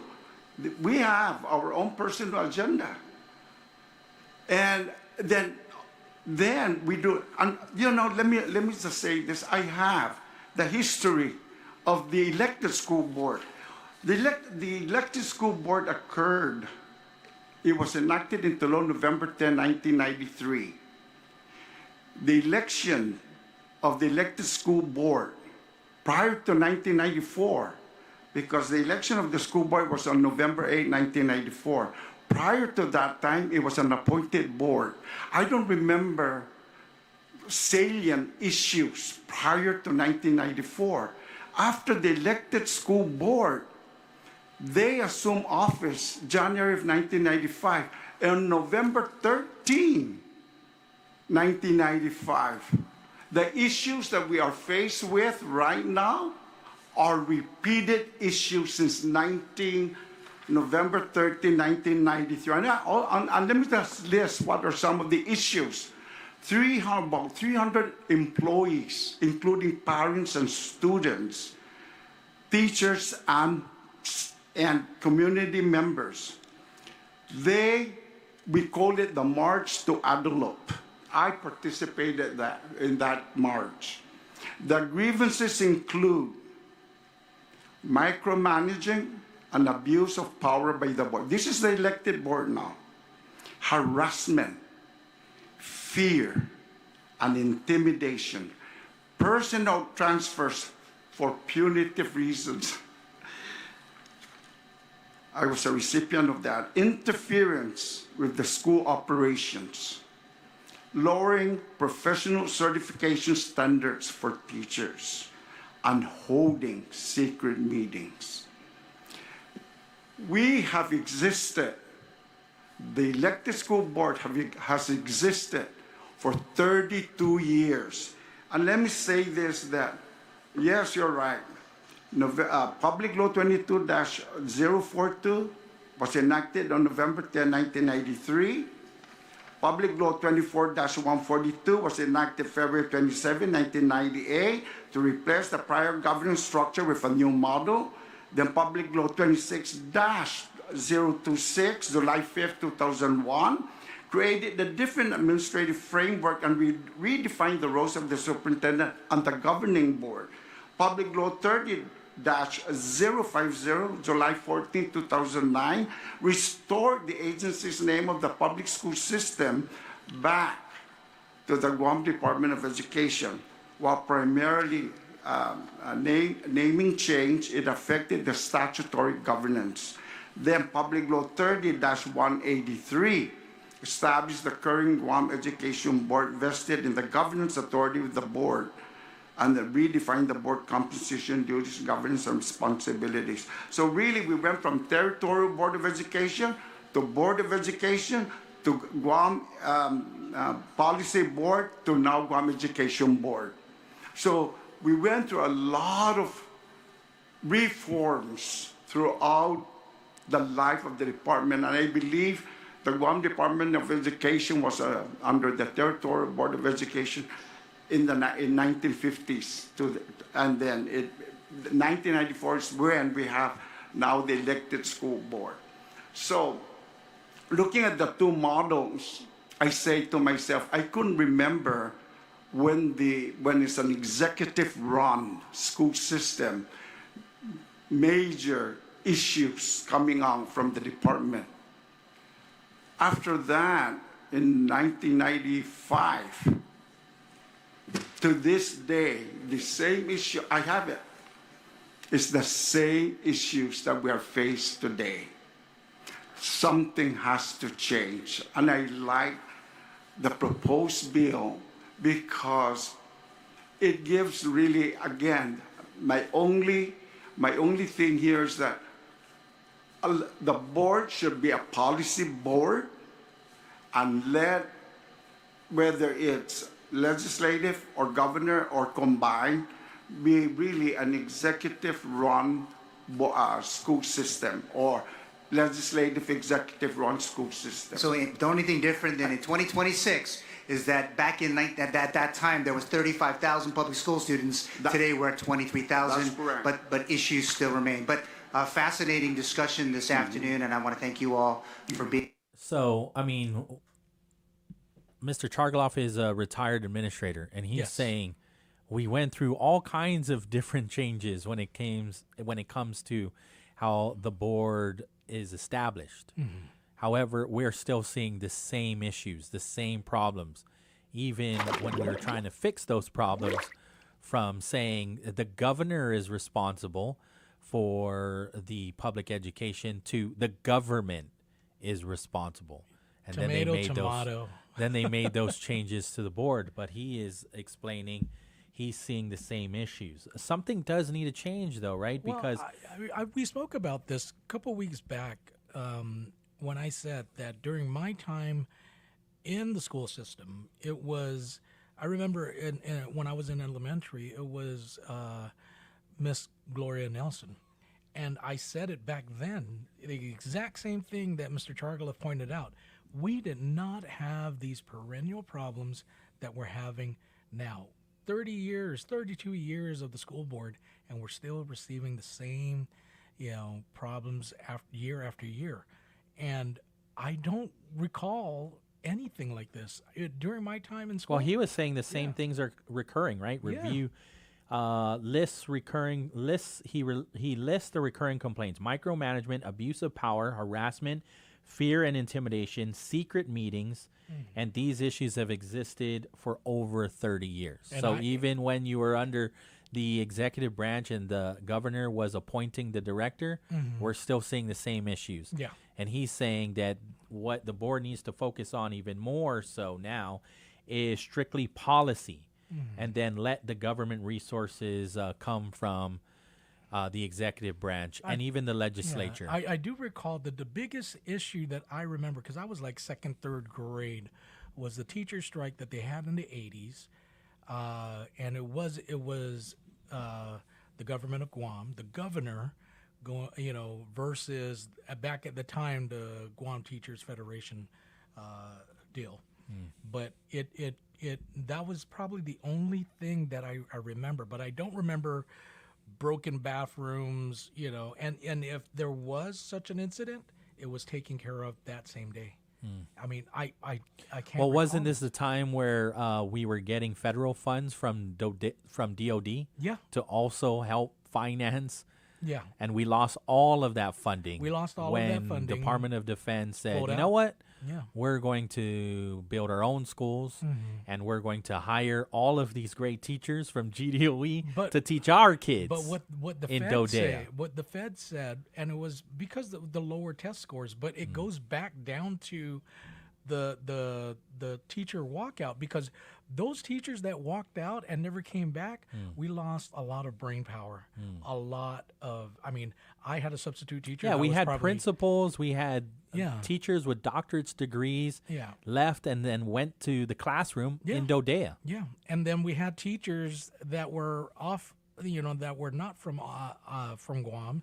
That at the time Guam had the best retirement plan, so they would come in. They would do 18 years back at the school system in the States, come here and retire in 2 years, and then leave with everything that they made within the last 10 years. I mean, and that's how that kind of almost broke the retirement. Wow. So I mean, so it stretched down from the teacher walkout to Dodea and our scores suffering, right? So Dodea was like, look, and that was their reasoning. Either you create a school board or we're pulling out. Well, They still pulled out. After the fact, right? And so now, we're left with, a monster that we created. I am so in favor of reverting it back to the government. Here's Senator Chris Barnett making the argument that the people should keep their right to vote, because that's what this is going to do. It would remove the Guam Education. You know how we go to vote for on the Guam Education Board? They get appointed, right? There's a number of board members that will get appointed by the governor. That's what this bill will do. But you see, the legislature would, and then I believe even the students would. I would never take the power away from an individual to vote, but you're voting for the governor. Yeah. And ultimately, that person is going to be the one to put that superintendent in there. If the governor is failing at that or not finding the right person, guess what? Senator Barnett, we still vote for the governor. Here's Senator Chris Barnett making that argument. Legislatura in Guahan finds that effective educational governance requires direct and balanced representation from those most impacted by education policy, including classroom educators, parents actively engaged in their children's education, representatives of business and industry who understand workforce development needs, et cetera, et cetera. The problem I have with the bill is that although it says that it finds effective educational governance requires direct and balanced representation from those most impacted by education, the bill removes the ability of those most impacted by education to act on things like voting out board members. And this is something that's kind of been glossed over in some of the testimony. And for me, that's the biggest thing in talking to other parents, stakeholders, is that this bill is pretty dressed up, but at its core, what it does is eliminate the people's right to vote for their Board of Education representatives. And that's kind of a big deal to me when you take away the people's ability to vote in any instance. And, as we sit here and we're asking each other, how are we going to make sure it's accountable? How's it going to be transparent? I think we all kind of agree that I don't think it will be transparent. I don't think taking away the people's right to vote and giving it over to the politicians to run the Guam Department of Education, it just doesn't seem like the move to me. And I've attended just about every town hall. Those that I didn't make it to, I was sure to watch. And I never heard a single testimony from a single person say, the Board of Education is not working. Take away our ability to vote for who represents us. Nobody said that. In fact, I think the discussion was largely on whether we want to make the board a governing board or, fine-tune whatever model that we want to do. Mrs. Bukakosa, I attended the hearing at the DOE Central Office. I was really surprised to see that you support the bill. But in your testimony, you said that initially your gut told you that there could be problems with it, and I agree with that initial assessment. To give over the Guam Education Board to politicians, we might as well just give it back to the governor, because then these political appointees will control who is selected as superintendent. They'll control everything instead of the people of Guam being able to really hold accountable those members who serve on the board. Now, that does not by any means mean that I support status quo. I think one of the first things that the legislature should do is really provide more consistent oversight. It's been my experience as the former chair that if you don't get GDOE in here, monthly, you let them go for 6 months, that things are just going to go all haywire. And I think that's what we're kind of seeing in this term is we don't hear from the Guam Department of Education. Things happen fast, they pile up, and then we as senators are left here trying to untangle all of the shenanigans, for lack of a better term. And so that's my problem with the bill. Although I did really enjoy the discussion here, and I think Dr. Guthertz, you brought up a good point. How far we went to get to where we're at today. We lobbied the Congress of the United States of America to change our Organic Act to give our people the ability to vote for their Board of Education members. And I'm just not sure the conditions of the department, as complicated as they are, I don't think that warrants that we need to go backwards and give politicians even more power over our public school system. And I think, as we sit here and we contemplate the bill and we try and we're jumping through a lot of hoops trying to figure out how do we get rid of these political appointees. I think, that's a big sign that the bill is very problematic, and I would agree with the superintendent that it should be withdrawn. And I think we've had such a great discussion here. It'd be really good to have a roundtable where we invite more stakeholders, because I don't think we should make this big of a change without significant public input, especially if the public input we've already received did not ask for this.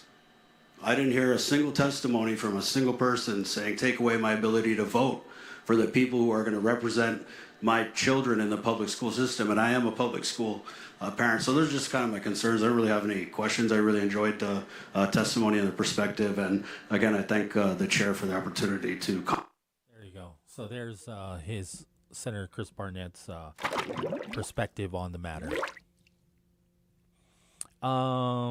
We can play this last one, because this is, and then we can pivot over to another topic.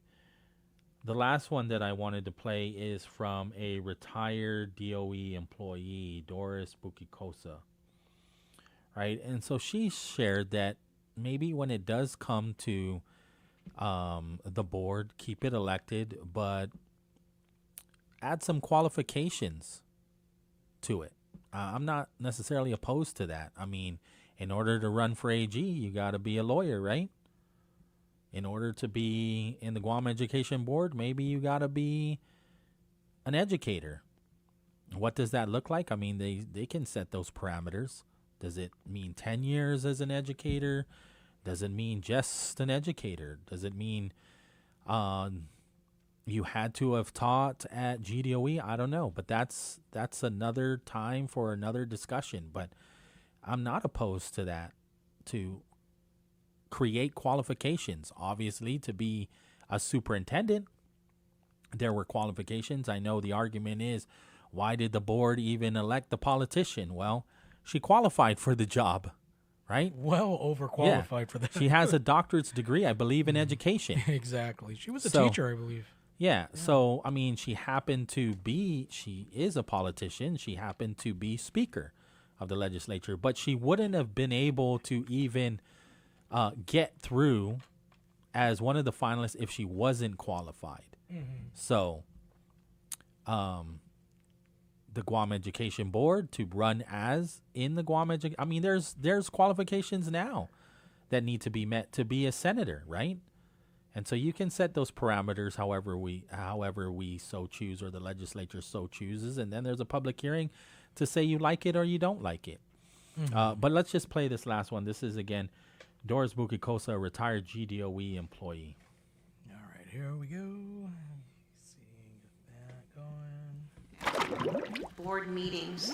I do want to bring up that in committee meetings, which are also, I believe, put live stream on social media, at least I've been told. Committee meetings aren't necessarily. I'm sorry? Not all committee meetings are live streamed. So I do want to point out that repeatedly in certain committees, employees have been named and have been ridiculed, demeaned, myself included. I was named in a meeting when I was taking my terminal leave, and I was named that I was doing something illegal. And I brought this up to the management team. I spoke to the superintendent personally, and I said, you know, after 34 years of working for this department, I cried, honestly. I felt that my integrity was being questioned, my ethics. I'm sorry, I have bent over backwards. I have worked tremendously long hours, and to be told I was doing something illegal and named. Every week, an employee in some middle management position was being belittled. We were repeatedly told, oh, you people sitting in your central office tower, you're incompetent, you don't know what you're doing, you're not doing anything.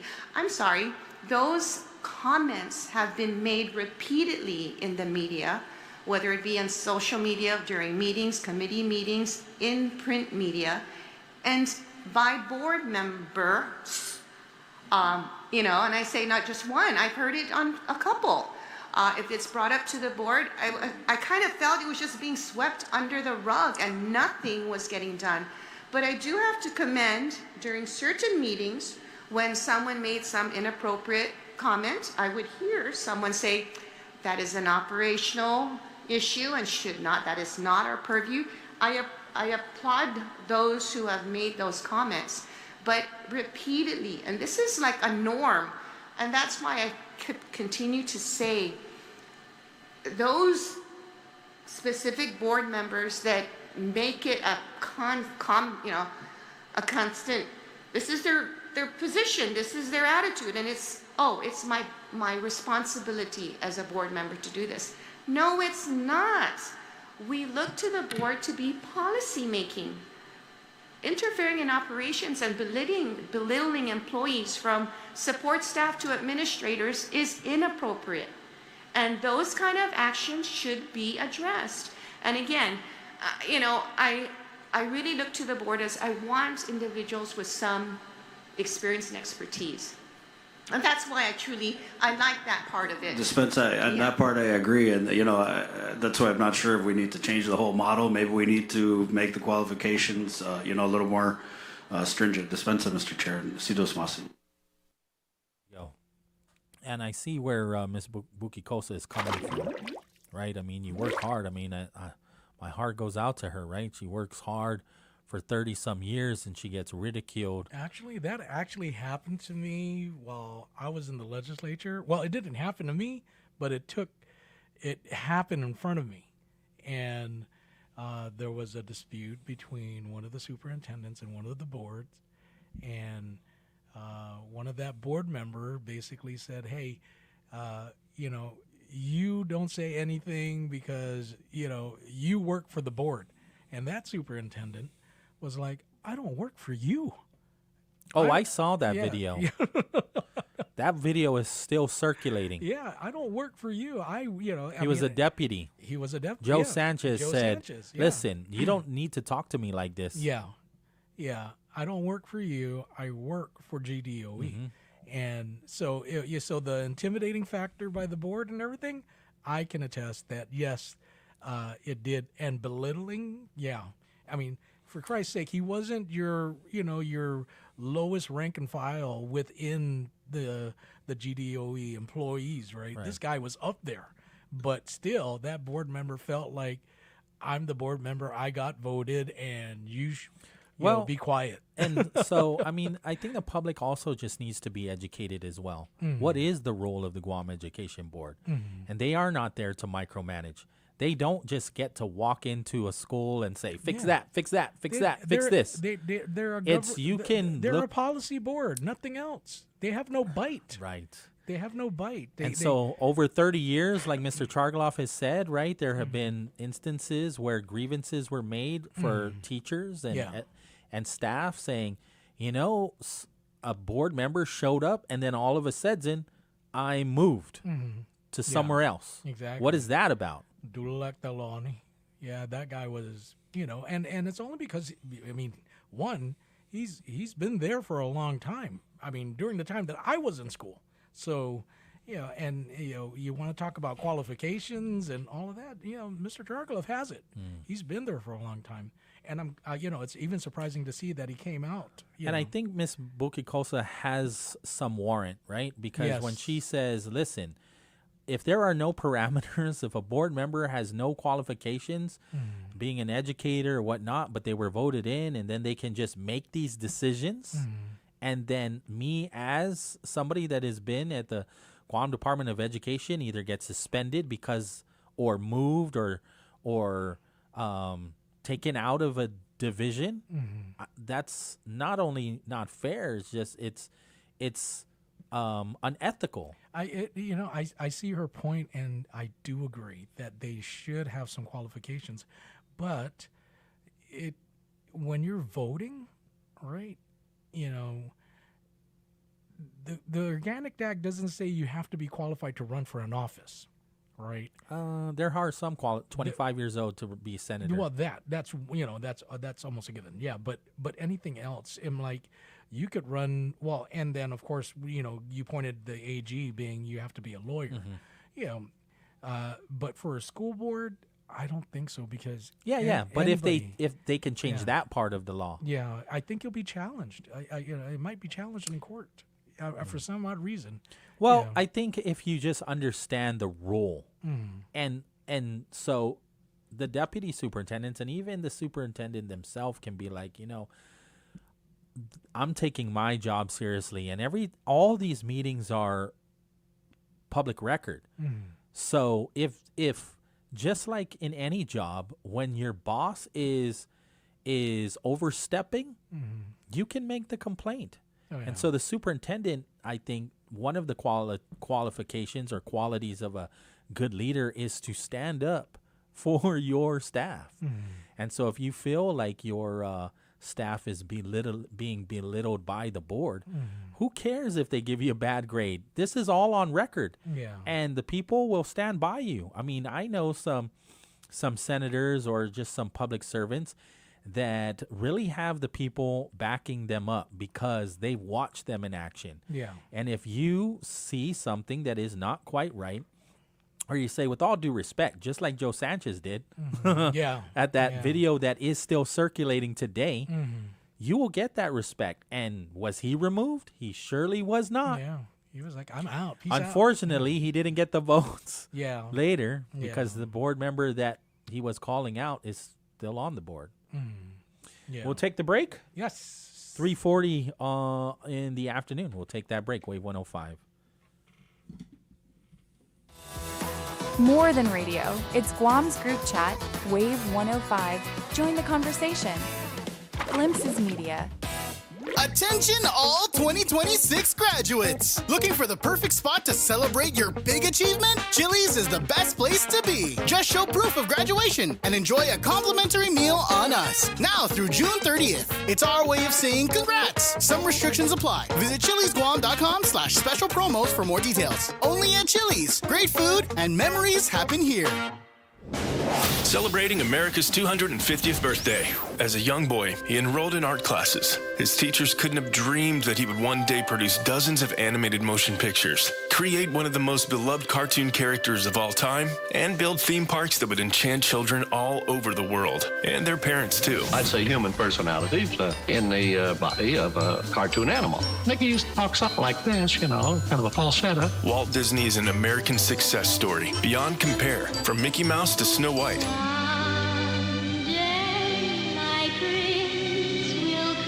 From Disneyland to Epcot. There's a great, big, beautiful tomorrow. Walt shaped our culture in countless ways, providing entertainment for millions of people. He wanted positive thinkers. He wanted people that were plussing things. A good idea, he'd make it a great idea. It never failed. But that's the way it was with him. His legacy stretches from the creation of Mickey Mouse in 1928 right up to today. It's truly a Disney World.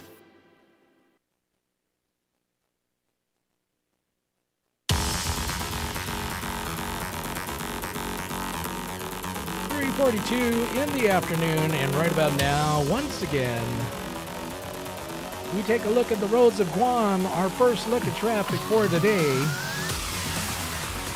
Proudly being brought to you by Guam Auto Spot as we help you move forward through your daily commute. If you are currently on Route 1 at the JFK intersection, headed up northbound on that intersection, you're going to probably want to be patient because there is a red line going up northbound on that intersection. So just be patient. And then if you're coming off Route 14A, that's coming up from Tumon on that same intersection where JFK is at, you're going to feel some slow going traffic if you want to connect on from Route 14A to Route 1. Let's move right along to Harmon. On Route 16, if you're headed up to the mall, you have that intersection. Slow going traffic there. I see nothing but a red line.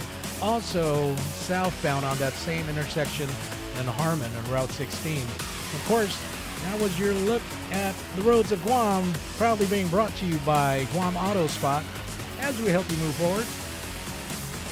Don't forget, you can check them out on their website, guamautospot.com, or give them a call, set up a test drive at 478-AUTO.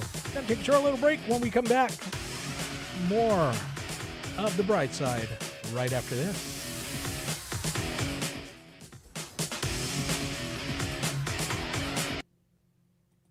When a warrior faces adversity, he fights through it. He finds a way. Freedom isn't free. Rolling strong. Belief. Believe you can, and you will. Wheelchairs for Warriors provides mobility solutions to veterans and first responders injured in the line of duty. Join the mission and visit wheelchairsforwarriors.org. Half a day. This is Luella Lucinio, host of Pinas de Guam. Together with the Filipino community of Guam and Wave 105.1, we proudly celebrate Philippine Independence Month with the theme Kalayaan, Kinabukasan, Kasaysayan, Freedom, Future, History. From Guam to the Philippines, we honor our shared history, celebrate our freedom, and build our future together. Mabuhay ang Pilipinas at Guam! The road to Adelup is in full swing. We recently spoke with Democrat candidates Lieutenant Governor Josh Tenorio and Senator Tina Munilla Barnes to learn more about their vision for Guam. Catch the full conversation that took place on May 26th on the Wave 105's YouTube channel. This is a glimpses of Guam radio station.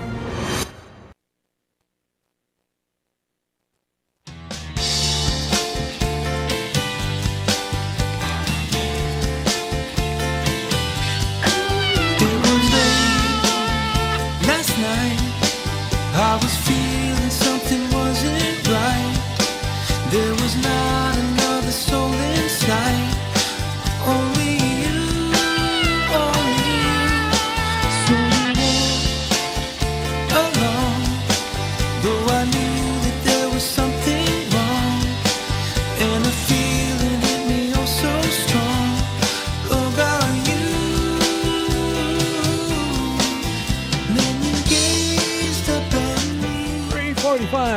afternoon. Welcome back to the show. This is the Bright Side right here on Wave 105. My name is Ryan St. Nicholas.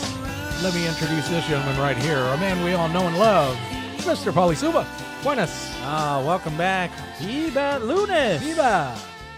All right, welcome back. Appreciate you hanging out with us. I just put a email address on our YouTube channel for today's episode regarding the requests for the link to a virtual meeting. Okay. From Department of Public Health and Social Services. This is a meeting, a virtual village meeting from 10 a.m. to 11 a.m. So it's only about an hour to discuss Guam's Medicaid state plan, which would add coverage of doula services. Doula? Yes. Okay, you remind me, I know the doula, but what is it? What is the acronym for?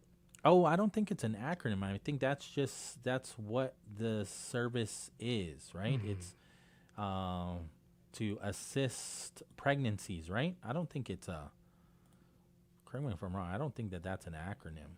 Doula. Yeah. I mean, our good friend Jen Doula, but that's the only thing that's coming to mind. We miss you, Jen. We love you. They provide emotional, physical, and informational support to pregnant, birthing, and postpartum individuals, helping improve birth outcomes and overall family well-being. Okay. Doulas are trained non-clinical professionals who offer continuous support throughout pregnancy, labor, birth, and the postpartum period. And so there's a number of, let me see if this, it will let me. Doulas are trained non-clinical professionals who offer continuous support throughout pregnancy, labor, birth, and the postpartum period. They provide one-on-one visits to discuss birth plans, answer questions, and provide education. Continuous presence during labor, offering comfort techniques and advocacy and emotional support. Guidance on newborn care, breastfeeding, emotional well-being, and recovery often include home visits and follow-ups. They also help partners feel confident and involved during birth and postpartum care. Evidence shows that doula support can improve birth outcomes, reduce interventions, and provide a larger positive impact for Black, Indigenous, and other people of color. This from the Washington State Health Care Authority. It says here they've got a number of certified and experienced doulas. I believe they have certified doulas here in Guam already. Okay. So if you want to engage, if you want to learn more and discuss the Guam Medicaid state plan that they are looking to add coverage of doula services, again, that is 10 a.m. to 11 a.m. To receive the link to the virtual meeting or provide written comments, you're asked to email publiccomments@dphss.guam.gov. And so if you need, obviously if you are looking for the spelling because you need the exact spelling to send that email, I already posted the email address to this episode. Obviously, we're going to end this link, this stream, in about 10 minutes. Mm-hmm. Because we'll start a new stream because our friends who are running for the 39th Guam legislature are here. Mm-hmm. Our segment and they're going to come in, which they'll be in here and we'll be talking to them for about an hour. That is former chief of police, Fred Berdalio, also former director of DOC, former director of Guam Veterans Affairs Office. Mm-hmm. Fred Berdalio, and then Senator Sean Gumatauta as well. Who happens to be a former court administrator. Mm-hmm. So it's all about law enforcement today and public safety. So we'll switch we'll turn this live stream off, and we'll start a new one. So that way people can always go back and just watch that conversation in its entirety and not have to scroll through 2 hours to find it. Mm-hmm. There is also, I just got the message from Speaker that the legislature will be called into session this Thursday at 2:30 p.m. I don't think it's going to be for long, though.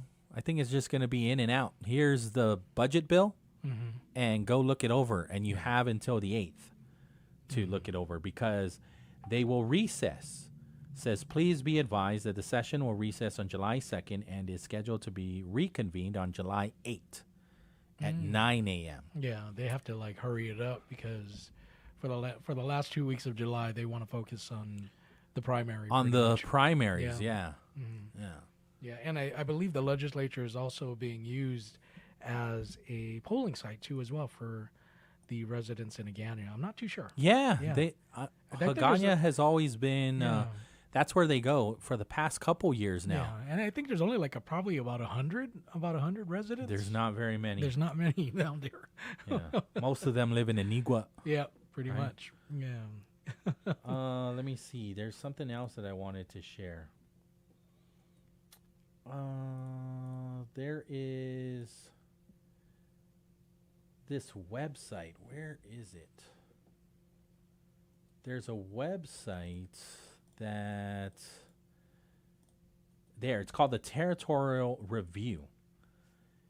It's a free Guam legal research platform. The founder is Carlo Dizon. Do you remember him? He ran for Congress. He ran for Congress. Right? He launched the Territorial Review. It now can also be read in Chamorro. Nice. Every public page of the site carries an English and Chamorro toggle, and the platform's central feature. Its plain language explanation of the law can now be read in Chamorro besides English. The clearest place to see it is the doctrine box. When someone asks a question like, tell me about the Sunshine Act, the site answers in plain language drawn from the Supreme Court of Guam's opinions and the Guam Code annotated with every citation shown. You can also click the Read in Chamorro button, and it will open a second column, and the answer fills in line by line in Chamorro, while the case names and section numbers stay exactly as they appear in the law. The translation is machine-made and clearly labeled.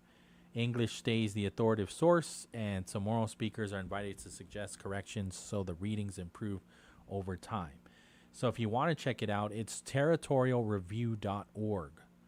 Territorialreview.org. And so just like it says, you can put in the comments, tell me about the Sunshine Act.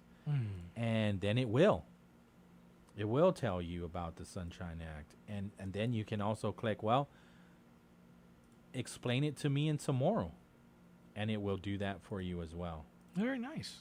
Good service. Yeah, it says, so if you type in tell me about the Sunshine Act, it'll say the Sunshine Act grants every person the right to inspect and take a copy of any public writing on Guam, except as otherwise expressly prohibited by law or as provided in subsection 10104, probably the legislature. Well, whatever they want to hide, they can hide, apparently. No, stuff gets leaked out. Yeah, in the form of a letterhead. Yeah. So yeah, check it out. See, I was playing around with it for a couple weeks now, and so this is also going to help. How's me the with navigation my though? well. I mean, I like it. Okay. Yeah. Yeah. Good to know. Yeah. Good to know. I'll probably check it out. Yeah. Because I really don't want to touch on anything heavy because I do want to take the break sooner than later, right? Yeah. So I'm just going to give you some more press releases, right? Sure. So Guam Fire Department, again, they are doing their second public informational town hall for the proposed fee schedule update. So this one is set for July 10 at the Dedito Mayor's Office. The first one took place on June 19 at the Hoggett Mayor's Office, right? So the next one, again, Dedito Mayor's Office, 6 to 7:30 p.m. And then the third one, August 3rd, at the Sinahanya Mayor's Office, 6 to 7:30. It says here, we invite the community to attend a public informational town hall and learn more about the proposed updates to the Guam Fire Department's fee schedule. I got one, and this is just a reminder. We received this last week, and this is in regards to the soft opening of the new Guam Veterans Affairs Office, the former Archdiocese Chancery in Agana Heights. It's scheduled for tomorrow, June 30th. You got to RSVP though, right? You do have to RSVP, so I guess give them a call, but I don't got a number for them. So hopefully they still have the same numbers. But you would have to RSVP to attend, I believe. Or don't, just show up. Yeah, just show up. I mean, I don't think they're going to stop any How are they veteran. going to chase you away, especially if you're a veteran? It's like, I fought for my country and you're going to RSVP? I'm sorry, you did not RSVP. I say Ryan St. Nicholas sent you. Yeah, say that. Yeah, it carries a lot of weight. Yeah. Don't, it's like, I'm sorry, sir, did you RSVP? No, ARMY. INAVEY. IAF. Yeah. I swore an oath to the Constitution. Is that good enough? I don't think they'll turn anybody away. But it's going on tomorrow, Tuesday, and I guess everything opens at 11 a.m. So for all the veterans that want to go check it out, hey, please do. Yeah. Yeah, that's a long time coming, right? Very long time. I wish I could go over there and check it out, but you can. I'm at a cross between going to the legislature tomorrow at 8:30. Oh yes. Well, I mean, you watch that on YouTube. Yeah, but that's what I'm gonna do. I'm just gonna watch it. I'm gonna put my Pauly, but you're missing the AirPods in. You're missing the point. I'm gonna go down there with my note, my pen and my notepad. I'm gonna start taking notes. And I'm just going to see which senators kind of like getting scared that I'm taking notes. I'll point them out. Well, this is what this senator said. Because they know that we're gonna hit it up tomorrow. Yeah. And then I'm gonna also look at, I'm probably gonna take some footage, off my phone, right? Because the legislature cameras don't really get the reaction. Sure, yeah. So I'll probably just get the reaction of the senators' faces. Just for giggles. Some good news here, right? Before we get to good news for a change, that's not until 5. JFK High School earned its A in their public health inspection following its recent inspection by the public health. The school also extended special appreciation to Macret Castigador, there you go. Macret Castigador for his guidance and support, as well as the General Pacific Services maintenance team led by Aliser Kalalang for their dedication and attention to detail throughout the process. JFK school administrators shared, this is funny, they just say JFK administrators shared. Usually when there's a quote, it comes from an exact person, not just like, hey, JFK administrator. This achievement is a testament to the power of collaboration between the Islander and Shark communities, JFK school administrators shared. We thank everyone. I don't think you could do that. I don't generalize everybody. You can't. If you are giving a direct quote, it's gotta be. Who said that? Yeah, not just administrators said. No, the staff and faculty. Otherwise, don't put it in quotations. We thank everyone who contributed to this success and helped create a safe, clean, and welcoming campus for our students. The Guam Department of Education congratulates the entire JFK High School community on this outstanding accomplishment and commitment to excellence. 3:59 in the afternoon. Let's take the break, and then on the other side, we will do Beyond the Ballot with Senator Sean Gumatautal and former director of so many agencies, Fred Bordalio, on the other side of these. KGUM-FM in Dededo, Guam. AP News for Friday, June 26th. I'm Ben Thomas.